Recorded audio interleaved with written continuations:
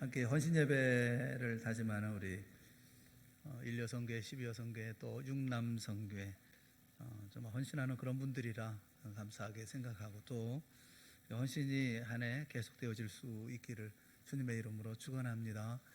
좋은 헌신의 장을 만들어 가시고 하셨으면 좋겠어요. 어느 분이 부정적으로 그런 얘기도 하시더라고요. 헌신 예배 꼭 드려야 되나? 헌신이 중요하지 않느냐? 그런데 헌신도 계기가 필요하고 또 다짐도 필요하니까, 그래서 우리가 헌신에 대해서도 또 예배도 드리고 또 말씀도 함께 나누고 그러면 참 좋겠다.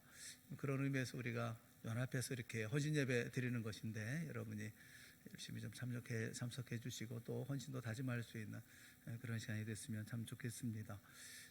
아까 얼핏 제가 잠깐 올라가면서 잠깐 봤는데 옷이 통일된 분들이 있어서 나는 12여성교회가 그런가 그랬더니 1여성교회가 옷을 딱 통일하고 대단히 열정적이지만 그래도 자신의 이렇게 헌신 예배 드리는 그 일에 대한 중요함을 이렇게 몸소 보여주셔서 대단히 감사합니다.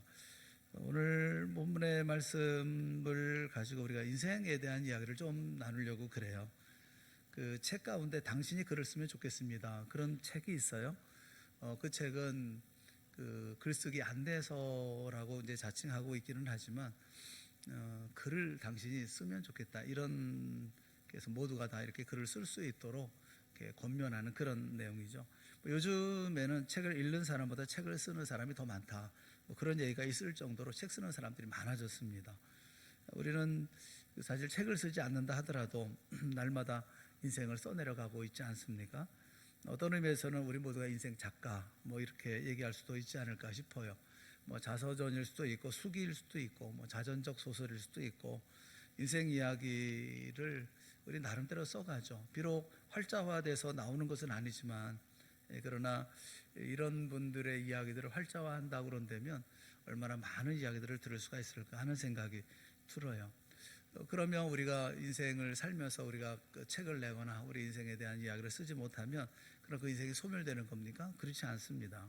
요한계시록 20장 12절 말씀해 보면 그렇게 말씀하고 있어요. 또 내가 보니 죽은 자들이 큰 자나 작은 자나 그 보좌 앞에 서 있는데 책들이 펴 있고 또 다른 책이 펴졌으니 곧 생명책이라.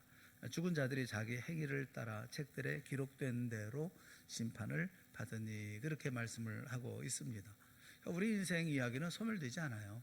생명책에 다 기록이 되어져 있고 자기 행위를 따라서 다 기록이 되고 있죠. 내가 글을 쓰든지 말든지 그거는 상관없이 내 인생은 계속 생명책에 낱낱이 기록이 되고 있는 것을 말씀을 해주고 있어요. 그렇다면 심각하지 않습니까?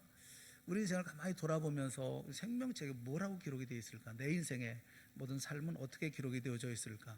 혹시 우리 인생의 기록이 마치 쓰레기처럼 버려질 그런 이야기일까? 아니면 누군가에게 삶의 이정표로 그래서 살아남을 만한 그런 이야기일까? 혹은 하나님의 칭찬을 받는 그런 인생을 내가 생명책의 기록이 되어 있을까? 아니면 하나님의 진노를 부를 그런 이야기들이 생명책에 기록이 되어져 있을까? 우리가 생각해 보면 사실 인생이라는 것이 무엇인지에 대한 바른 이해를 가진 사람들만 인생 이야기를 바르게 엮어갈 수 있지 않을까 싶어요. 성경에서 말씀해 주는 인생이 무엇인가 몇 가지만 좀 생각을 해보고 그 의미가 무엇인지 좀 생각해 보고, 그리고 성경에서 말씀하는 관점에서 우리 인생을 어떻게 살아야 할지에 대해서도 우리가 좀 이야기를 좀 나눠봤으면 좋겠습니다. 하나는 갑옷솔기라고 여러분 아십니까? 인생이 뭐냐? 갑옷솔기와 같다. 성경 우리에게 그렇게 말씀해 주고 있거든요. 이 갑옷이라고 하는 것은 적군의 창이라든가 검이라든가 혹은 활로부터 자기 자신을 보호하기 위해서 군인들이 입는 옷이죠. 옛날에 군인들의 옷이라고 얘기할 수가 있어요. 계급에 따라서 갑옷이 달라지죠. 계급이 올라가면 올라갈수록 갑옷의 재질이라든가 공법이라든가 이게 훨씬 더 견고해지지 않습니까? 가장 단단하고 가장 좋은 갑옷을 입는 사람은 누굽니까? 어느 나라든지 한 나라에서 가장 견고하고 그리고 강한 갑옷은 왕의 갑옷이죠. 왕이 입는 갑옷이에요. 왕의 갑옷은 그 나라에서 갑옷을 만드는 최고의 장인, 이런 사람들이 갑옷을 만들죠. 이 장인들은 왕의 갑옷을 다 만들고 난 다음에 반드시 시연을 해줘야 합니다. 그러니까 그 옷을 본인이 입고 그러고 난 후에 창에도 찔려보고 칼에도 맞아보고 또 화살에도 맞아보는 거죠. 만약 여기서 문제가 생기거나 또 만약 뚫리기라도 하면 본인이 죽는 거 아니겠어요? 그러니까 왕의 갑옷이라고 하면 생명 걸고 가장 단단하게 가장 이게 융통성 있게 만들어야 되는 것이죠. 그리고 또 그것을 활동성 있게 만드는 거죠. 그러다 보니까 완벽한 갑옷에도 약점이 있어요. 그게 뭐냐면 솔기예요. 갑옷 솔기죠. 갑옷과 갑옷, 이 조각과 조각을 잇대어서 이렇게 연결되어지는 뭐 철사로 연결하든지 가죽끈으로 연결한 이런 부분이 그 솔기거든요. 그래서 어떤 갑옷을 한 덩어리로 만들 수는 없죠. 입을 수도 없고 벗을 수도 없고 또 편하게 움직일 수도 없지 않습니까? 손은 손대로 움직일 수 있고 팔은 팔대로 마음대로 움직일 수 있고 발도 이렇게 마음대로 움직일 수 있도록 조각조각 연결하도록 연결한 부분이 솔기라는 거예요. 솔기는 그래서 견고하기 짝이 없는 갑옷 가운데 가장 연약하고 가장 취약한 그런 부분이죠. 아무리 좋은 갑옷을 입었다 하더라도 그 갑옷의 아킬레스건은 바로 갑옷 솔기예요. 우리가 모두가 다 갑옷을 입기 위해서 달려가잖아요. 우리 모두가 단단한 자기를 보호하기 위해서 애를 쓰고 노력합니다. 어떤 분들은 그 갑옷을 이미 입고 있다 이렇게 생각하는 분들도 계실 거예요. 돈이 우리의 갑옷일 수도 있고 건강이 내 갑옷일 수도 있고 힘이 갑옷일 수도 있고 지위가 갑옷일 수도 있죠. 사실 우리 인생이란 뭐냐 하면 그 단단한 그 부분이 아니라 갑옷의 가장 취약한 부분이 솔기와 같은 그것이 바로 우리 인생이라고 하는 것을 우리에게 말씀해 주고 있어요. 북왕국 이스라엘에서 가장 패역한 왕 그러면 아합을 들 수가 있습니다. 아합은 우상을 섬기는 이방 여자인 이세벨을 왕비로 맞아들인 그런 왕이죠. 이세벨의 계략에 빠져서 전략이 짝이 없는 나봇이라는 사람을 모함해서 포도원을 강탈하는 뭐 이런 패용부도한 짓을 하지 않습니까? 하나님은 엘리야 선지자를 보내서 경고하십니다. 아합이 하나님을 모르는 사람이 아닙니다. 하나님을 아는 사람이에요. 그럼에도 불구하고 아합은 패역한 그 길을 계속해서 그 길로 걸어갑니다. 왜 그러냐 하면 왜 그렇게 하느냐 하면 다 무시하느냐 하면 자신이 천하무적의 갑옷을 입고 있는 사람이라고 생각하기 때문에 그런 거예요. 내 인생이 갑옷인데 누가 나를 건드릴 수가 있겠어? 뭐 하나님인들 나를 건드릴 수가 있겠어? 뭐 아합은 생각하는 거죠. 그 아합이 유다 남왕국의 여호사밧 왕과 함께 길르앗 라못에서 아람 왕과 이게 전투를 벌이게 되어져 있었습니다. 아람 왕은 자기 휘하에 있는 특별히 32명의 그 장수들을 따로 불러가지고 명령을 했어요. 그게 뭐냐면 다른 장군이나 뭐 다른 뭐 병사들하고 상대하려고 하지 말고 너희들 32명은 힘을 합쳐서 이스라엘의 왕인 아합 왕만 공격하라 이런 지령을 내립니다. 그것을 아합은 그 이야기를 첩보를 듣고 32명의 장수들이 자기만 집중해서 공격한다고 하니까 그러니까 전차 병거에서 왕의 휘장을 떼어냅니다. 그리고 멀리서도 왕임을 알아볼 수 없도록 왕의 투구도 벗어요. 일반 병사들의 투구를 씁니다. 그리고 전장에 뛰어들었어요. 물론 단단한 갑옷을 입은 채 말이죠. 아합이 이 전쟁에서 죽을 수 있는 이렇게 전사할 수 있는 그런 확률은 거의 제로에 가깝습니다. 왕을 보호하고 있고 또 왕은 또 그런 단단한 갑옷을 입고 있고 또 그리고 자신도 왕이라는 것을 표식을 다 빼어버렸기 때문에 그래서 이 전쟁에서 이 사람이 다칠 일은 없어요. 그런데 아주 주목할 만한 일이 벌어졌습니다. 열왕기상 22장 34절 말씀해 보면 열왕기상 22장 34절 우리 한번 같이 읽어봅시다. 다 같이 시작. 한 사람이 무심코 활을 당겨 이스라엘 왕의 갑옷 솔기를 마친지라. 이런 일이 벌어진 거예요. 한 사람이 아람 왕은 분명히 자기 휘하의 32명의 장수들에게 아합 왕만 집중 공격하라라는 명령을 내렸는데 이 한 사람은 이 32명의 장수가 아닙니다. 그냥 아람 군대의 사병이에요. 계급도 없고 이름도 없습니다. 이 무명의 사병이 무심코 활을 당겼다. 여기 무심코라는 말이 원어에는 톰입니다. 톰. 이 톰이라는 말은 마구잡이라는 말이에요. 그러니까 활을 마구잡이로 이제 당겼다는 겁니다. 요즘 전쟁에도 그렇잖아요. 적군 아군 해가지고 20명이 다쳤다, 죽었다, 이렇게 얘기하면 우리 생각에는 서로 총알을 20발 또는 많게는 몇 배, 몇십 발 정도 쐈을 거다 이렇게 생각하지만 그런데 그만한 사상자가 나오려고 하면 적어도 수백 발, 수천 발, 수만 발 정도 쐈을 거라고 생각을 해요. 실제 전투 현장에서는 서로 겨냥도 하지 못하고 뭐 고개 숙이고 총만 쏴대지 않습니까? 그리고 뭐 달리는 사람들은 어떻게 맞을 수가 있겠어요? 마구잡이로 이제 총을 쏘는 거죠. 그렇게 막 쏘다 보니까 다치는 사람, 맞는 사람이 20명 정도, 뭐 그런 얘기죠.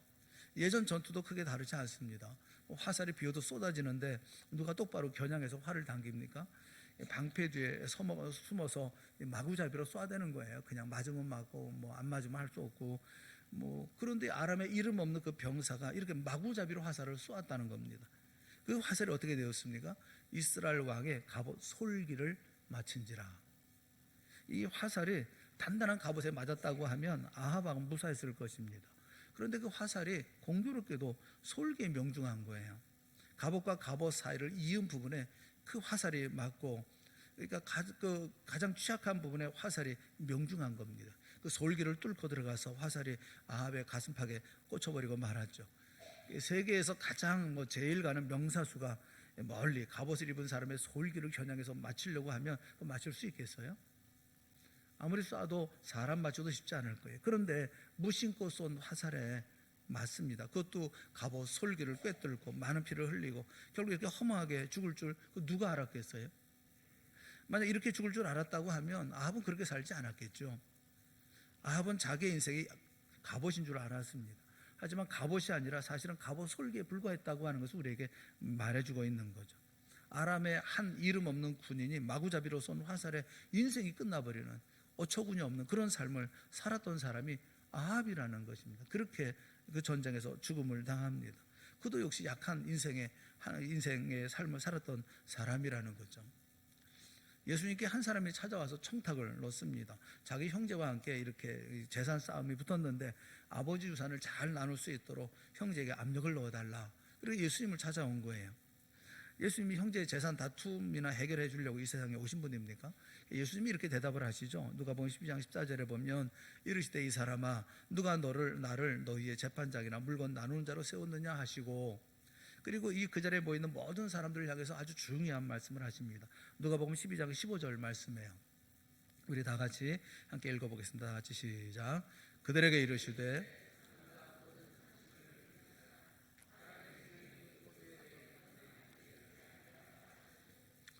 사람들을 향해서 모든 탐심을 물리치라, 그렇게 말씀하셨어요.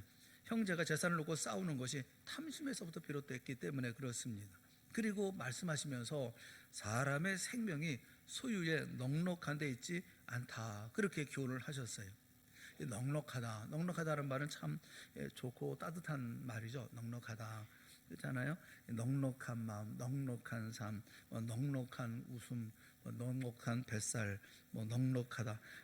이게 뭐 나눔도 있고 또 베품도 있고 뭐 사랑도 있고 존중함도 있고 그 위트도 있고 뭐 넉넉하다. 이게 참 좋잖아요. 좋은 그런 말 아닙니까? 근데 그 넉넉함, 이 재산의 소유의 넉넉한데라고 말씀할 때 이 넉넉함이라는 말은 우리가 보통 사용하는 그런 넉넉하다 뭐 이런 말씀이 아니에요. 예수께서 사용하신 그 이 넉넉하다는 단어는 그 페리세우오라는 말입니다. 페리세우오라는 이 말은 과잉으로 넘쳐나서 철철 흘러 넘치는 그런 상태를 말하고 있는 거예요. 그러니까 예수님께서 말씀하신 게 뭐냐면 내가 가지고 있는 소유가 과잉으로 너무 많아가지고 철철 흘러 넘친다고 해서 그래서 그것이 즐겁고 행복한 인생이 되는 것이냐? 그렇지 않다, 그렇게 말씀하고 계시는 거예요. 형제간의 법정 다툼은 다 싸우는 거 보면 다 있는 사람들이 하잖아요. 우리는 법정에 싸울 만한 재산도 없잖아요. 우리는 그렇지는 않은데 이 가진 사람들은 전부 다 보면 다 법정 싸움들을 다 하고 있더라고요. 재산이 철철 날수록 또 견고한 갑옷을 입게 될 것이라고 다 착각하는 사람들에게 이런 욕심이 있고 이런 다툼이 있고 이런 법정 투쟁이 있죠. 예수님이 누가복음 12장에 보면 어리석은 부자에 대해서 말씀을 하십니다. 한 부자가 곡간을 더 지어가지고 곡식과 물건을 쌓아두었습니다. 그러면서 스스로에게 말하죠. 내 영혼아 여러 해 쓸 물건을 많이 쌓아두었으니 평안히 쉬고 먹고 마시고 즐거워하자. 뭐 행복해한 거죠. 흡족해한 것이죠. 그런데 하나님이 뭐라고 말씀하십니까? 어리석은 자요 오늘 밤에 내 영혼을 도로 찾으리니 그러면 내 준비한 것이 누구의 것이 되겠느냐. 하나님이 말씀하신다는 겁니다. 곳간에 가득가득 재산을 쌓아두면 인생이 갑옷이 될 줄 알았어요? 그러면 행복할 줄 알았어요? 이게 내 인생의 갑옷일 줄 알았어요? 그런데 그 역시도 갑옷 솔기의 인생일 뿐이라는 거죠. 시편 33편 16절에 보면 그런 말씀이 있어요. 많은 군대로 구원 얻은 왕이 없으며 용사가 힘이 세워도 스스로 구원하지 못하는도다. 그렇게 말씀하고 있어요. 많은 군대로 구원 얻은 왕이 없다. 알렉산더 대왕이 얼마나 위대한 왕입니까? 발칸반도 또 마케도니아에서 시작해서 지중해 세계를 석권하고 페르시아 제국을 거쳐서 인도 북부까지 거대한 헬라 제국을 만들었죠. 그의 군대는 가는 곳곳마다 연전연승 무천하무적이었습니다. 당시 세계에서 가장 강력한 군대를 가지고 있었던 사람이 알렉산더죠. 근데 알렉산더는 33살에 죽었습니다. 왜 죽었습니까? 열병으로 죽었습니다. 그 몸에 침투한 열병 바이러스를 그가 그렇게 신뢰하고 자랑하던 천하무적의 군대가 막아주지를 못했어요. 인생은 갑옷솔기에 지나지 않는 거예요. 아무리 내가 단단하게 내가 다 가지고 있다 하더라도, 우리 인생을 우리의 갑옷을 갖추고 있다 하더라도 우리는 갑옷솔기와 같은 거예요. 누군가 그 무심코 쏘아대는 화살에 그 모든 것을 다 잃어버리는, 그게 우리 인생의 삶이라는 것입니다. 우리가 세상의 것을 아무리 많이 가지고 있다 하더라도 여러분의 인생은 갑옷이 아니라 갑옷솔기에 지나지 않는다고 하는 것은 명심해야 된다는 거죠. 내가 지금 괴로움을 당하고 내가 지금 아픔을 당하고 고난을 당한다면 내가 갑옷이라고 착각하지 아니하고 오히려 겸손하게 갑옷솔기임을 기억하며 살게 해주시는 주님의 은혜라고 하는 사실을 우리는 기억을 해야 되는 거죠. 여러분, 능력의 사도 바울도 죽을 때까지 지병에 시달렸잖아요. 자신의 병을 위해서 3번이나 간절하게 기도를 했었습니다. 그때 주님의 대답이 무엇이었습니까? 고린도후서 12장 9절 말씀에 보면 나에게 이르시기를 하면서 말씀을 하고 있어요. 뭐라고 얘기합니까? 내 은혜가 네게 족하도다. 이는 내 능력이 약한 데서 온전하여 짐이라 하신지라. 그러므로 도리어 크게 기뻐함으로 나의 여러 약한 것들에 대하여 자랑하리니 이는 그리스도의 능력이 내게 머물게 하려 함이라. 자기 자신이 갑옷솔기에 지나지 않음을 알 때에 주님은 그의 삶 속에서 강하게 역사하시는 것이죠. 여러분, 우리는 자꾸 뭔가 단단하게 만들려고 하고 애를 쓰고 노력하는데 그게 아무런 의미가 없는 거예요. 그렇게 만들어 봐야 우리 인생이란 갑옷솔기에 지나지 않는 인생임을 우리가 알아야 된다는 것이죠. 오히려 매일매일 주님의 도우심을 간구하고 또 주님의 큰 능력 속에서 주님의 뜻을 이루어가는 그 삶을 이루어 나가는 그런 우리 모두가 되어야 한다는 것입니다. 첫째는 인생이 뭐냐? 성경에서 말씀하는 우리의 인생이라는 것은 갑옷솔기와 같은 그런 인생. 누군가 함부로 아무렇게나 했던 그런 모든 일에 내 인생이 망가질 수 있는, 그것이 바로 우리 연약한 인생이라고 하는 것을 잊지 말아야 된다라는 거예요. 또 하나는 오늘 본문의 말씀이 얘기하고 있는 전제입니다. 전제. 오늘 디모데후서 4장 6절에 보면 전제와 같이 내가 벌써 부어지고 나의 떠날 시각이 가까웠도다, 그렇게 말씀을 해요. 구약 시대에는 제사를 지냈습니다. 제사를 지내는데 제물을 바쳐서 하나님 앞에 제사를 드렸죠. 이 제사를 드리는 목적에 따라서 그 종류가 있어요. 제사의 종류는 5가지 제사로 나누어집니다. 번제, 소제, 화목제, 속죄제, 속건제, 이 5가지 이 제사가 있어요. 이 번제라고 하는 것은 하나님께 헌신이죠. 모두를 다 드리는 거죠. 다 태워버리는 철저한 자기 의탁, 또 헌신, 이것을 하나님 앞에 예배할 때, 제사할 때 이 번제로 드립니다. 소제라고 하는 것은 충성을 맹세하고 또 봉사를 위할 때 그때 이 제사를 지내는 것이 소제라고 얘기할 수 있어요. 화목제는 그 말 그대로 감사와 어떤 서원, 친교를 위한 그런 제사, 이렇게 얘기할 수가 있고, 속죄제는 나의 죄사함을 위해서 드리는 제사, 또 속건제는 물질적 범죄에 대해서 죄속함을 위해서 드리는 제사입니다. 이 5가지 제사가 있어요. 그런데 제사를 드리는 방법과 형태는 4가지가 또 있습니다. 5가지의 제사가 있고, 그 다음에 제사를 드리는 형태는 4가지가 있어요. 화제, 거제, 요제, 전제가 있어요. 하나님께 드리는 제물을 불에 태워드리는 것을 불화자를 써서 화제라고 하고요. 하나님께 드리는 제물을 하늘에 높이 들렸다가 제단에 내려놓아서 드리는 것을 들것자를 써서 거제라고 합니다. 또 하나님께 드리는 제물을 상하든지 아니면 좌우로 흔들어서 바치는 그런 제사를 흔들 요자를 써서 요제라고 하고요. 또 피와 포도주, 기름처럼 액체를 제물로 하나님께 드리는 그런 제사는 부을 전자를 써서 전제라고 했었어요. 사도 바울이 왜 전제와 같이라고 얘기하고 있느냐 하면 자신의 인생이 뭐냐? 자신의 인생이 마치 하나님 앞에 자신을 부어드리는 전제와 같다라고 인식하고 있는 거예요. 액체를 하나님께 부어드리는 전제와 같이 내가 벌써 부어지고 다 부어졌다는 거죠. 그래서 나의 떠날 시각이 가까워졌다는 것입니다. 이게 바울의 인생을 보는 통찰력이에요. 액체를 따르면, 여러분, 액체를 따르는 만큼 그 그릇 속의 공간이 점점 비어가죠. 저도 이게 물을 마시면 물을 많이 마실수록 점점 비어가지 않습니까? 이 비어가는 이것을 벌써 부어지고라고 표현하고 있는 것이죠. 바울은 인생을 마치 전제를 붓는 것처럼 하나님께 부어드리는 것으로 이렇게 본 거예요. 내 인생이 이만큼 쏟아부었구나. 그러다니 텅텅 비어가는구나. 이제 세상을 떠날 때가 되었구나. 이렇게 생각했다는 것입니다. 뭐 요즘 시계들 보면 뭐 아날로그도 있고 뭐 디지털 시계도 있는데 다 보면 뭐 숫자만 표시하지 않습니까? 예전에는 근데 모래시계라고 있었어요. 모래시계는 위에 모래가 있고 아래 이렇게 그 공간이 있어서, 그래서 모래병에 이 모래시계 안에 유리병에 모래가 가득 차 있죠. 이렇게 세워놓으면 그 모래가 아래로 떨어지지 않습니까? 계속 조금씩 떨어지는 거죠. 떨어지면서 그 비어있는 공간, 비어져가는 그 공간을 보면서 시간을 확인하는 거예요. 이게 모래가 떨어진 시간의 빈 공간만큼 인생이 비어지는 것, 이것을 바울이 인생으로 본 거죠. 인생은 점점 비어져 가는 거라는 거예요. 2020년 벌써 한 달이 지났습니다. 한 달이 지났다는 게 뭐예요? 그만큼 모래가 떨어졌다는 거죠. 우리가 가지고 있는 어느 양이 있는데 그것이 계속 흘러내려서, 그래서 한 달만큼 더 떨어졌으니까 그만큼 위에 부분은 빈 공간이 생겼겠죠. 많이 비지 않았겠어요? 여러분, 이 세상의 것들에 현혹돼서 산다고 한다면, 비어가는 시간을 우리가 알지 못한다면 무의미하게 인생을 낭비하고 있는 뭐 이런 모습이 아니겠어요? 이런 비어가는 부분을 본다고 한다면, 그러면 인생에 대해 다시 한번 생각을 해야 되지 않겠냐. 이 사도 바울이 지금 얘기해 주고 있는 거예요.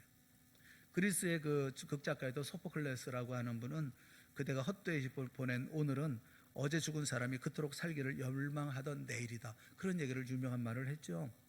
어제 죽은 사람이 그렇게 살기를 열망하던 그 날이 노력하지도 않았던 나에게는 오늘로 주어져 있다는 거죠. 그 하루를 어떻게 살았느냐라는 거예요. 여러분, 오늘 하루를 어떻게 사십니까? 그냥저냥 사셨습니까? 모래시계에 텅 비어 있는 그 윗부분을 안 보니까 우리 인생이 얼마나 소중한지를 모른다라는 거죠. 모래시계의 텅 빈 부분을 본다고 한다면 이제 곧 떨어질 시간, 곧 비어버릴 시간이 얼마나 소중한지 이것을 우리가 생각하게 되어지고, 그렇다면 폭풍이 몰아치는 날이면 어떻고 엄동설아니면 또 어떻습니까? 폭풍 속에서라 할지라도 그리스도인으로 주의 말씀을 따라 충성스럽게 오늘을 살아야 되는 것이 아니겠어요? 이제 남은 날이 얼마 되지 않는데, 인생 살면서 이제 내게 주어진 날이 많지 않은데, 그러면 그 날을 알차게 살아야 되고 그 보람 있게 살아야 되지 않겠어요? 매일매일 하루하루가 우리에게 주어지는데 이 날들을 욕망을 위해서, 자신의 야망을 위해서 허투루 써버린다고 한다면 다른 사람에게 부러움의 대상이 될 수 있을지는 모르지만 호의호식하고 아무것도 안 하고 하고 싶은 거 다 하는 그런 인생, 하나님이 보시기에 무엇으로 보겠습니까? 세상 쓰레기 배출하는 인생밖에 더 되겠어요? 지난 이 명절 기간에 보니까 환경미화원들이 일하지를 않더라고요. 그러다 보니까 뭐 쓰레기가 그렇게 많이 나와요. 집집마다 보면 전부 다 쓰레기가 산을 이루고 있더라고요. 보면서 우리 인간이라는 존재는 쓰레기를 엄청 많이 만들어내는구나. 이게 하루만 가져가지 않아도, 그 쓰레기만 치워가지 않아도 뭐 쓰레기가 엄청 많이 만드는구나, 그런 생각이 많이 들더라고요. 여러분, 우리가 세상에 태어난 이래로 오늘까지 얼마나 깨끗한 물을 많이 마셨습니까? 그 물은 다 어디 갔죠? 우리가 세상에 있는 동안에 맛있는 음식은 얼마나 많이 들었습니까? 평생에 사용한 종이는 얼마이고 평생에 입었던 옷은 또 얼마나 많습니까? 버린 신발은 몇 켤레나 되고 버린 가구는 또 얼마나 많습니까? 우리의 삶이 주님의 말씀에 순종하며 그리고 충성하고 의미 있고 보람이 있는 그런 삶이 되지 못한다고 한다면 그냥 쓰레기 배출하는 인생이 될 수밖에 없는 것 아니겠어요? 우리 시간은 점점 줄어가고 있는데 그냥 세상 오염시키는 쓰레기만 만드는 그런 인생을 살다가 끝나버리고 마는 것이 아니겠습니까? 주님이 그런 인생을 기뻐하지 않을 것은 두말할 필요도 없는 것이죠. 이 사도 바울이 지금 전제와 같이 부어드리고 하나님 앞에 내 인생이 다 주님 앞에 전제처럼 다 부어드리고 이제는 떠날 시간이 가까웠다 이렇게 얘기를 하고 있는데, 여러분은 여러분의 모든 인생을 전제처럼 하나님 앞에 다 부어드리고 이제 남아있는 빈 공간이 하나님 앞에 드려짐으로 말미암아 기쁨의 자리 또는 행복한 자리 또 자랑스러운 자리, 주 앞에서 또 이렇게 주님을 앞에 주 앞에서도 스스로 볼 때에도 이게 그 감사한 자리, 그런 자리가 되고 있느냐고요. 아니면 이 떨어지는 모습을 보면서 계속 줄어드는 시간을 보면서 안타까워하고 답답해하고 속상해하고 더 어떻게 살아보려고 몸부림치고 그러는 것은 아닌지 스스로 돌아봐야 되는 거죠. 인생이 뭐냐? 사도 바울은 전제와 같다 이렇게 얘기를 하고 있어요. 또 하나 성경에서 말씀하고 있는 인생에 대한 얘기는 입김입니다. 전도서 1장 2절 말씀을 우리 한번 다 같이 읽어봤으면 좋겠어요. 전도서 1장 2절 다 같이 시작. 전도자가 이르되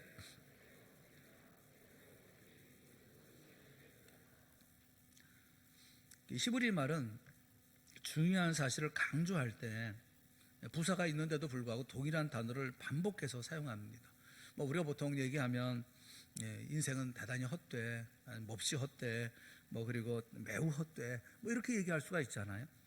그런데 히브리어는 그렇게 얘기하지 않아요. 헛되며 헛되고 헛되니 모든 것이 헛되도다 이렇게 강조하고 있어요. 그 히브리 사람들이 강조할 때 단어를 2번 반복하는 것은 곱하는 겁니다. 이게 그러니까 제곱인 거죠. 2번 얘기할 때 그럼 굉장히 좋아, 너무너무 좋아서 견딜 수가 없어, 너무 좋아, 그럴 때는 좋다라는 말을 2번 쓰는 거예요. 토우브 그렇게 좋아, 너무 좋아, 이 곱하는 거거든요. 좋은 것 곱하기 좋은 것, 그렇게 헛되다라는 말을 5번을 썼다는 것은 5제곱이라는 거예요. 여기 5번을 곱하는 거예요. 그러니까 그 5제곱으로 쓴다는 거죠. 그러니까 이건 말로 표현할 수 없을 정도로 어떤 부사를 동원할 수 없을 만큼 헛되다 그렇게 아주 강조하고 있는 그런 말이에요. 헛되다는 말을 5번이나 썼다는 것은 5번을 곱할 정도, 인생이라는 게 그렇게 헛된 거다. 그냥 헛되고 그냥 말을 만드는 게 아니고 그렇게 헛되다고 하는 것을 표현하고 있는 말이에요. 솔로몬이 헛되다고 말한 히브리 단어는 헤벨입니다. 헤벨이라는 말이 숨이라는 뜻도 있고요, 입김이라는 뜻도 있어요. 공허하다, 헛되다 이런 뜻도 있지만 본래는 숨 또는 입김 이렇게 얘기를 하고 있어요. 제가 후 하고 입김을 불어요. 분명히 제가 후 하고 입김을 부는 동안 열기도 느끼고 또 바람도 느껴지죠. 그리고 유리에다 대고선 후 하고 이렇게 불면 김이 서리잖아요. 근데 순식간에 다 사라져 버리죠. 인생이 그런 입김과 같다라는 거예요. 잠깐 사라져 버리는. 다윗은 인생을 그렇게 고백합니다. 시편 39편 5절에 보면 주께서 나의 날을 한 뼘 길이만큼 되게 하시매. 한 뼘이 얼마 정도 돼요? 한 뼘. 한규 집사님 딴짓하지 말고 한 뼘이 얼마나 돼요? 몇 센치나 될 것 같아요? 네, 그럴 줄 알았어요. 네. 이 다윗이 70년을 살았습니다. 70년. 당시로서는 장수한 거예요. 오늘날 100살 정도 살았다 이렇게 사는 것처럼 오래 산 것이 이제 다윗의 연령입니다. 그런데 그 긴 세월을 살고 다윗이 내 인생은 참 지루했어, 너무 오래 살았어 이렇게 얘기하지 않습니다. 그는 한 뼘밖에 못 살았어 그렇게 얘기를 해요. 다윗에게 70년이라는 인생이 한 뼘밖에 안 되더라는 것입니다. 우리가 보통 한 뼘 그러면 엄지손가락에서 새끼손가락까지 이렇게 해서 이걸 한 뼘 이렇게 얘기하잖아요. 그런데 여기 얘기하고 있는 이 원문에 얘기하고 있는 이 테파흐라고 하는 이 한 뼘은 뭐냐면 손목에서부터 손가락이 시작하는 부분까지, 그것을 테파흐라고 그래요. 그러니까 한 뼘이 뭐예요? 손바닥이에요. 손가락도 아니고 그거 다 빼고 이 손바닥만한 이 손바닥 이것만을 좀 얘기를 하고 있는 거죠. 그러니까 다윗이 70년 살았는데 오래 살았는데도 내 인생은 손바닥만큼밖에 안 돼. 내 손바닥 보는 정도밖에 되지 않는다 이렇게 얘기를 하고 있는 거예요. 그래서 시편 39편 5절에 보면 5절의 중간에 보면 나의 일생이 주 앞에는 없는 것 같사오니 그렇게 말씀을 하고 있어요. 내 일생이 주 앞에는 없는 것 같사오니, 영원하신 하나님 앞에 손바닥 길이 정도밖에 되지 않는 70년, 이거는 없는 것과 같다라는 것이죠. 여러분 시편 마지막에 보면 39편 5절에 하반절에 보면 사람은 그가 든든히 서 있는 때에도 진실로 모두가 허사뿐이니이다. 그렇게 말씀을 해요. 여기 든든히 서 있다라고 하는 말이 나자브라고 하는 말인데, 이것은 전성시대라는 것입니다. 사람이 든든히 서 있다는 게 전성시대를 살았다는 거예요. 다윗에게도 전성시대가 있었죠. 그런데 인생을 다 살고 되돌아보니까 자기 인생이 전성시대에도 모든 것이 다 허사일 뿐이었더라, 손바닥만한 이런 허사일 뿐이었더라, 이렇게 얘기하고 있는 거죠. 여기 허사라는 말도 헤벨이라는 말, 그러니까 수금과 같이 후 내쉬는 인생과 같더라라는 거죠.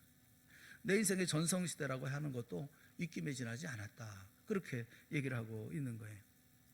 여러분, 우리가 그 인생 살아가면서 우리 여러분들 모두가 후 하고 불면 그럼 굉장히 많은 역할을 영향을 미칠 것 같지만 전혀 아무런 영향도 없잖아요. 후 불어버리면 사라져버리고 말잖아요. 다 사라져버리고 말잖아요. 우리 2019년에 세계 인구를 따져보니까 77억이더라고요. 77억의 인구가 어느 날, 몇 날, 며칠, 몇 시, 몇 분, 몇 초에 똑같이 하늘을 향해서 후 하고 입김을 불면, 그러면 그 입김이 남아있겠어요? 그냥 불고 마는 거지. 야고보서 4장 13절 14절 말씀에 들으라 하면서 우리에게 말씀을 해주고 있어요. 우리 한번 다 같이 읽어봅시다. 시작. 들으라, 너희 중에 말하기를 오늘이나 내일이나 우리가 어떤 도시에 가서 거기서 1년을 머물며 장사하여 이익을 보리라 하는 자들아, 내일 일을 너희가 알지 못하는도다. 너희 생명이 무엇이냐? 너희는 잠깐 보이다가 없어지는 안개니라. 그렇게 말씀하고 있어요. 잠깐 보이다가 없어지는 안개, 그것이 우리 인생이다, 그렇게 말씀을 합니다. 인생이라고 하는 성경에서 말씀하고 있는 우리 인생의 그 의미라든가 인생의 내용을 보면 갑옷솔기, 아니면 또 전제처럼 비어가는, 훅 비어가는, 또 아니면 숨처럼 잠깐 이런, 이것이 우리 인생이라고 하는 성경은 말씀해주고 있어요. 여러분은 여러분의 인생을 어떻게 생각하십니까? 디모데후서 4장 6절에 보면 전제와 같이 내가 부어지고 나의 떠날 기약이 가까웠도다 말씀하고 있죠. 자기 인생의 모래시계에서 모래가 다 빠져나갔다는 거예요. 매일매일 하루하루 살아왔던 그 사람이 이제는 영원히 떠나갈 이제 시점을 이제 만나게 되어졌다는 것입니다. 그 매일매일 떠나는 그 방향성에 대해서, 그래서 그러면 그동안 내가 어떻게 살았느냐, 이게 7절 8절에 있는 말씀이죠. 디모데후서 4장 7절 8절이에요. 우리 그 말씀 한번 다 같이 읽어봅시다. 같이 시작. 나는 선한 싸움을 싸우고 나의 달려갈 길을 마치고 믿음을 지켰으니 이제후로는 나를 위하여 의의 면류관이 예비되었으므로 주곧 의로우신 재판장이 그날에 내게 주실 것이며 내게만 아니라 주의 나타나심을 사모하는 모든 자에게도니라. 아멘. 바울에게는 방향성이 있었다는 겁니다. 그렇게 비어가는 인생을 살았지만 방향이 분명했다는 거예요. 자기의 인생을 전제로 알고 매일매일 부어지고 매일매일 비어져가는 그런 모습을 보면서 매일매일 어딘가를 향해서 떠났다는 겁니다. 그것은 바로 자기의 의의 면류관을 씌워주실 의의 재판장이 계시는 그분의 집을, 하나님의 나라를 향해서, 그래서 그 하나님의 나라를 목적으로 삼고 뒤를 돌아보지 않고 매일매일 그 앞을 향해서 전진해 나아갔다는 거죠. 바울이 언제부터 이렇게 살았을까요?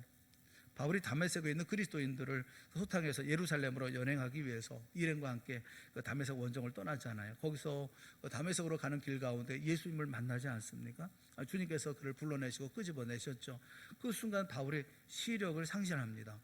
조금 전까지만 해도 보무당당하게 다메섹을 향해서 가던 그런 바울이 겨우 남의 손에 이끌려가지고 다메섹으로 들어옵니다. 직가라고 하는 곳에 유다라는 사람의 집에 시력을 잃은 채로, 그래서 거기 머물고 있을 때 하나님께서, 우리 주님께서 선지자 아나니아를 보내서 안수를 해주셨죠. 아나니아의 안수로 눈의 비늘이 벗겨지고, 성경 뭐라고 얘기하고 있느냐면 다시 보게 되었다, 이렇게 말씀하고 있어요.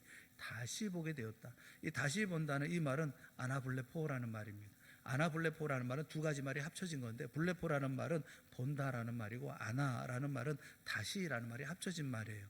근데 아나라는 말이 다시라는 뜻만 있는 것이 아니라 위로라는 전치사도 있어요. 그러니까 주님께 사로잡혀서 그런 시력을 상실하고 다메섹에 돌아와서 주님의 시력을 회복시키는 그 순간 사도 바울은 위를 향하여 시선을 고정시켰다, 이렇게 우리가 말씀을 볼 수 있거든요. 그 날을 향해서 주님이 부르시는 대로 한 걸음 한 걸음 매일매일 전제와 같이 매일 부어지는 인생의 길을 그는 살아가면서, 그래서 그의 삶의 모든 순간들이 주님을 바라보는, 위를 바라보는 삶을 살았다, 이렇게 말씀해 주고 있는 거예요. 여러분의 삶은 어떻습니까? 여러분의 삶은 어떤 식으로 삶을 살아가고 있나요? 여러분, 인생은 오늘에 집착하는 게 아니라 내일을 향해서 오늘을 과감하게 떠나는 이런 것이라는 것을 우리가 알고, 매일매일 하나님의 나라를 향해서 우리가 떠나갈 때 세상의 직책이라든가 소유의 과다라든가 아무 상관없이 여러분 주님의 섭리가 여러분 인생 가운데 매일매일 엮어지는 것이 아니겠습니까? 인생은 갑옷 솔기고 모래시계이고 덧없는 입김이고 매일매일 떠나가는 것에 지나지 않아요. 눈을 들어서 주님만 바라보는 주의 백성이 하루하루가 주님의 역사 속에서 소중하고 복되고 또 생명의 나라와 교회와 가족 관계, 이거 만들어 가야 되는 것이 아니겠어요? 얼마 전에 우리 교회 권사님인데 이제 어렵게 사시는 그 권사님을 보시면서 우리 전순환 전사님이 이렇게 보니까 머리 할 때가 지나갔는데 머리를 못하고 이렇게 다니시더라는 거예요. 그래서 이번 주는 머리 하실래나 또 그 다음 주는 머리 하실래나 이러면서 보셨다고 그러더라고요. 근데 머리를 못 하시고 계시는 거예요. 머리를 못 하고 계시는데, 머리 하는데 파마하고 머리 하려고 그러면 또 돈이 들어가잖아요. 아마 그래서 못 하시는가 보다 해서 그 전사님이 수요일 날 이렇게 그 권사님에게 이렇게 2만 원 이렇게 쥐어줬다고 그러더라고요. 저는 제가 파마를 안 해봐가지고 2만 원이면 되나 그랬더니 노인네들은 다 방법이 있다, 2만 원 다 하는 방법이 있다 그러면서 2만 원 드렸다고 그래요. 근데 권사님이 손살을 치면서 괜찮다고 아니라고 이렇게 말씀을 하셨는데, 그래도 억지로 이게 쥐어드렸다고 그래요. 그날 저녁에 권사님이 다시 전사님 집에 찾아왔답니다. 와서 도저히 못 받겠다 그러면서 이제 말씀을 하셨는데, 여러 말로 잘 권면하고 얘기하고, 그래서 그 2만 원에서 이제 머리 하시라고 이제 드렸다는 겁니다. 그래서 그 2만 원 가지고 머리를 하셨어요. 구정 명절이 지나갔잖아요. 구정 명절에 그 가족을 만났는데 그 딸이 그 어머니 쓰시라고 3만 원을 이렇게 용돈으로 주셨어요. 근데 그 3만 원을 그 다음 주일날 감사헌금으로 바쳤어요. 여러분, 우리가 어떤 삶을 살아야 할까? 저는 보면서 우리 성도들이 헌금을 이렇게 하고 있는데, 성도들이 가지고 있는 헌금이 이런 헌금이거든요. 머리 할 수도 없고 머리 할 돈도 없는데, 근데 그게 감사해서 그냥 2만 원 주어진 게 감사해서 내가 딸에게 받은 그 3만 원, 얼마나 소중한 돈이겠어요. 단돈 1,000원도 얼마나 소중한 것이겠어요. 그런데 그걸 몽땅 바쳐 하나님 앞에 감사헌금으로 바치는, 이게 우리가 드려지는 헌금이에요. 헌금의 가치를 그냥 많으니 적으니 따질 수는 없는 거예요. 그 하나하나 한 푼 한 푼, 이것이 얼마나 소중한 헌금인지 우리가 알아야 되지 않겠어요? 믿음의 삶을 그렇게 살아가는 분들이 우리 가운데 계시더라고요. 출애굽기 33장 4절 말씀을 한번 같이 봤으면 좋겠어요. 출애굽기 33장 4절. 저는 이 말씀을 보면서 이게 뭘까? 이런 생각이 들었어요. 같이 봅시다. 시작. 백성이 이 주로만 말씀을 듣고 슬퍼하여 한 사람도 자기 몸을 단장하지 아니하니.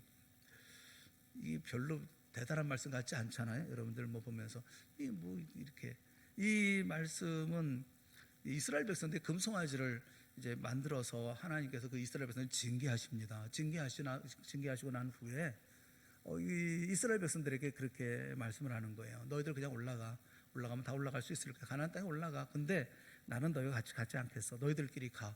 이렇게 하나님 말씀하시니까, 오늘 본문의 말씀은 백성들이 이 준엄한 말씀을 듣고 슬퍼하며 한 사람도 자기 몸을 단장하지 아니하니, 이렇게 얘기했다는 겁니다. 이 무슨 말일까? 저는 보면서 출애굽한 이후에 이날까지 매일매일 이 사람 단장했다는 거 아니에요? 단장하지 않았다라는 얘기는 여태까지 단장해왔다는 거잖아요. 그래서 제가 이 말씀을 보면서 이게 뭘까? 이런 생각이 드는 거예요. 생각해 보세요. 오랜 옛날인가, 몇천 년 전에 그 광야에 무슨 화장품이 제대로 된 게 있겠어요? 무슨 폐물이 제대로 된 게 있었겠습니까? 그런데 그 사람들은 단장을 했다고 그러거든요. 물이 제대로 있겠어요? 뭐가 제대로 있겠어요? 그럼에도 불구하고 열심히 찍어 발랐다는 거 아닙니까? 동감이 안 돼요? 나는 이 말씀을 보면서 이게 뭘까? 왜 이래야 될까? 이 사람들은 지금 가나안 땅을 향해서 가야 되는 거거든요. 가나안 땅에 가고 가나안 땅에 가서 열심히 주의 말씀, 주님께서 내게 주신 그 약속의 땅을 향해서 가는데 전력을 다해야 되는 거잖아요. 얼굴이 새까매지면 어떻고 머리가 산발이 되면 어때요? 어떻든지 가서 그것을 가기 위해서 최선의 노력을 경주하고 함께 나가면서 으쌰으쌰 하면서 가야 되는 거 아니겠습니까? 그런데 이 사람들이 단장을 했대요. 광야에서. 그러니까 뭔 생각을 다 하고 지혜를 다 해가지고 뭐 이것저것 해가지고 단장하는데 여념이 없었다는 거 아닙니까? 그 하나님의 말씀을 듣고 한 사람도 자기 몸을 단장하지 않았다. 그러니까 그전에는 계속 단장해왔다는 거예요. 오늘날 화장품 품질도 참 좋죠. 많이 개발되고 했지 않겠어요? 그런데 그 옛날 단장하려면 얼마나 고생을 많이 했겠어요? 얼마나 연구하고 얼마나 몰입했겠어요? 그러니까 광야에서 그들이 뭘 했겠어요? 그런 생각이 들더라고요. 그러면서 갑자기 여러분 얼굴이 떠오르는 거예요. 말씀을 보면서 여러분들의 얼굴을 얼마나 단장을 하고 있을까, 그런 생각이. 주일날 예배 오면서 우리가 단정한 모습을 가지고 하나님을 예배하고 하나님을 찬송하고 해야 되는데 우리의 목적은 그게 아니라 열심히 단장하고 나오는 것은 아닐까, 그런 생각이 드는 거예요. 여러분, 예전과 지금과 뭐가 다른 바가 있어요? 내게 주어져 있는 시간은 점점 줄어가고 있고 우리에게 주어져 있는 시간은 갑오설기처럼 어느 날 어느 순간에 누구에 의해서 갑자기 끝날 수도 있는, 그리고 한숨 이렇게 후 불어버린 인생처럼 차 사라져버리고 마는 인생인데 그 짧은 시간들 동안, 인생 같지도 않은 그 인생 동안에 우리는 단장하고 있고 나 단장하고 있고 내가 살아가는 삶에 몰두하고 있으면 그러면 가나안 땅은 언제 가고, 가나안 땅에 가기 위해서 노력하고 같이 가르치고 함께 노력기도 하고 해야 되는데 이건 언제 하고, 왜 이러고 있는 거예요? 하나님이 나는 안 가, 너희들하고 같이 갈 수 없어, 너희들끼리 가. 그러니까 다 슬퍼하고 그리고 단장을 멈췄다는 거죠. 가지고 있던 모든 것들을 다 버립니다. 다 묻어버리고 맙니다. 폐물이고 뭐고 다. 저는 그런 모습을 보면서 우리도 크게 다르지 않다는 생각이 들어요. 우리가 하나님의 일을 감당하고 우리가 영원한 나라 바라보고 달려가야 하는 사람들이 우리가 어디에 신경을 쓰고 있고 우리가 무엇에 관심을 가지고 있고 그러고 있는가 하는 생각이 많이 들더라고요. 헌신 예배를 드릴 때 헌신 예배는 그 가운데 주님 앞에 내가 어떻게 헌신할 것인가를 생각해야 되잖아요. 제가 쭉 말씀을 드렸어요. 인생이란 뭔가, 성경에서 말씀하는 인생이 뭔가, 우리가 생각하는 인생과 너무 다른 인생을 우리에게 말씀해주고 있거든요. 그 인생 속에서 우리가 어떤 삶을 살아야 하느냐 하는 것에 대해서 우리가 깊이 생각하고 염려하고 걱정하고 준비해야 되지 않겠습니까? 몇 해 전에 영국 성공회가 영국 요크에서 총회를 열었습니다. 영국에는 성공회가 있잖아요. 성공회가 요크에서, 영국에 있는 요크라고 하는 곳에서 총회를 열었습니다. 그 총회에서 가장 시급하게 결의된 안건이 있어요. 첫 번째 안건입니다. 그게 뭔 줄 아십니까? 성공회가 처음 총회를 열어서 시급하게 결정한 안건이 뭐냐면 어떤 방법을 동원해서든지 교회를 증가시키는 것을 급선무로 한다라는 거예요. 무슨 방법을 써서라도 무슨 방법을 동원해서든지 교회를 증가시키는 것을 급선무로 한다. 지금 영국 성공회 교인들 평균 나이가 60이 넘었습니다. 물리적으로 가만히 두면 20년 후에는 성공회가 없어지는 거예요. 나이가 60대예요. 60대. 평균 나이가 60이 넘은 거예요. 그냥 가만 놔두면 이제 20년쯤 지나가면 없어져요. 영국에서 교인이 없어지는 거예요. 20년 후에도 영국 성공회가 존재하려고 하면 무슨 방법을 써든지 교인을 확충하자. 이것이 제1결의 사항이라고요. 이 사람들. 시간이 지난 후에 우리 역시도 가슴을 치고 후회할지도 몰라요. 우리는 어떻습니까? 우리 인생에 대해서 회한의 눈물을 지으면서 인생을 끝내서야 되겠어요? 우리가 지금 어디에 집중을 해야 되고 우리가 뭘 해야 되는지 우리는 깊이 생각을 해야 되잖아요. 하나님 앞에서 우리가 말씀을 전하고 생명을 구원하는 그런 일들 가운데 우리가 애쓰며 노력하며 살아가야 되는 거 아니겠어요? 사랑하는 여러분, 인생은 갑옷이 아니에요. 갑옷을 입는다고 해서 그 갑옷으로 내가 만들어지고 그리고 내가 단단해지고 내가 다른 데서부터 보호받고, 이 갑옷이 아니라고요. 인생은 갑옷 솔기와 같다고요. 겸손하게 주님의 도우심을 간구하며 매일매일 살아야 되지 않습니까? 인생은 모래시계와 같은 거예요. 오늘 하루 주어진 이 하루의 절대적인 의미를 감사하면서 이 하루를 내 욕심을 위해서가 아니라 주님께 진정 충성하고 하나님의 나라 만들어가는 일에 최선을 다하는 거, 그게 모래시계의 인생을 살아가는 우리가 아니겠습니까? 인생은 최전성 시대에 산다 하더라도 그냥 입김에 지나지 않는, 그게 바로 우리의 인생이다, 이렇게 말씀하고 있잖아요. 그 인생에 머물지 말고, 거기에 머물지 말고 떠나는 거죠. 어떤 하루에 집착하지 아니하고 가야 할 그 길, 그 집, 하나님의 나라를 목적 삼고 하루하루 오늘을 살아야 되는 것이 아니겠어요? 허신 예배드리는 여러분, 선교회 여러분들, 그리고 모든 성도 여러분, 우리가 인생 살아가면서 오늘 내가 무슨 생각을 가지고 어떤 목적을 가지고 내가 살고 있는가 하는 것을 다시 한번 돌아보는 우리 모두가 다 되어질 수 있기를 주님의 이름으로 축원합니다. 우리에게 주어진 시간이 많지 않아요. 잠시 지나가요. 연세 많이 드신 분들에게 여쭤보세요. 제가 거의 100세 가까이 사신 권사님이 계셔서 제가 물어봤어요. 권사님이 그분이 그래도 그냥 꾸준히 그래 신방을 다니겠다고 해서 제가 굉장히 조심스럽더라고요. 그분 모시고 다니는 게 힘들고 또 조심스럽게 모시고 다니고 또 다치면 안 되잖아요. 그런데 그러다가 어느 날 이제 권사님께 이제 한번 물어봤었어요.